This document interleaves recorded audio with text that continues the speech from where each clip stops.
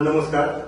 नरसिंहपूर नगरीमध्ये रत्नाई कृषी महाविद्यालय अकलूज यांचा या ठिकाणी कॅम्प आलेला आहे आणि या ठिकाणी आपले नरसिंहपूरचे तंटामुक्तीचे अध्यक्ष आणि माजी सरपंच संतोषजी मोरे आणि इतर ग्रामस्थ आपले नरसिंहपूरचे कर्तव्याध्यक्ष नेहमी भाऊसाहेब म्हणून त्यांना ओळखलं जातं अतुलजी वगैरे.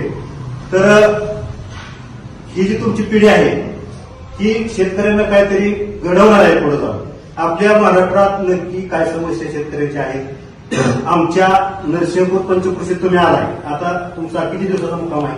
6 दिवसाचा मुक्काम, 4 महिन्याचा मुक्काम आहे.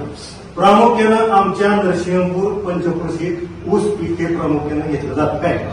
तर तुम्हाला या नरसिंहपूर पंचकृषीत शेतकरी जागृत नेमका कसा करायचा या संदर्भात थोडासा एक सल्ला देतो. सलग 35 वर्षे ऊस घेतल्यामुळे आपल्या या पंचकृषीत काय झाले, शेतीला फेरपालट करणं अत्यंत आवश्यक आहे. शेतीचा कस आणि शेतीचा पोत हा दर्जा शेतीचा ढासळल्यामुळे या परिसरात शेतीला फेरपालट करून जी पिकं तुम्हाला सुचवता येतील शेतकऱ्यांना ती पिकं सुचवा. ऊसाची प्रगती ढासळली. आमच्या वडिलांनी आमच्या हातात शेती दिली त्यावेळेस काही न करता त्यावेळेस 21, 70 ते 80 टन अवरेज मिळत होता, बरोबर आहे. तर आता सरासरी ऊसाचं अवरेज हे 40 टनवरती येऊन घेतलंय.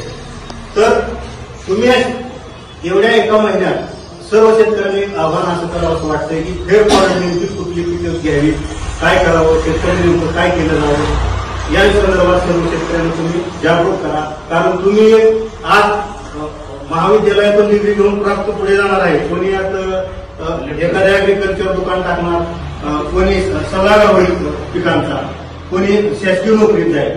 तर शेतकरी आपला या युट्यूब किंवा जे चॅनल आहे त्या प्रसिद्धीपासून खूप पाठीमागे राहिलेला आहे, वंचित राहिलेला आहे. तर शेतकरी हा समोर यावा. बऱ्याच शेतकऱ्यांच्या तुम्ही मुलाखती घ्या. आमच्या भागातील एक चांगले शेतकरी आहेत, प्रगतशील शेतकरी आहेत. शेतकऱ्यांच्या मुलाखती तुम्ही प्रसिद्ध करा आणि शेतकऱ्यांना चांगलं मार्गदर्शन करा. विशेषतः शेतीचा पोत अत्यंत खालच्या दर्जाचा केलाय. या संदर्भात शेतकऱ्यांना तुम्ही जागरूक करावं एवढी माझी विनंती आहे तुम्हाला. धन्यवाद. नमस्कार.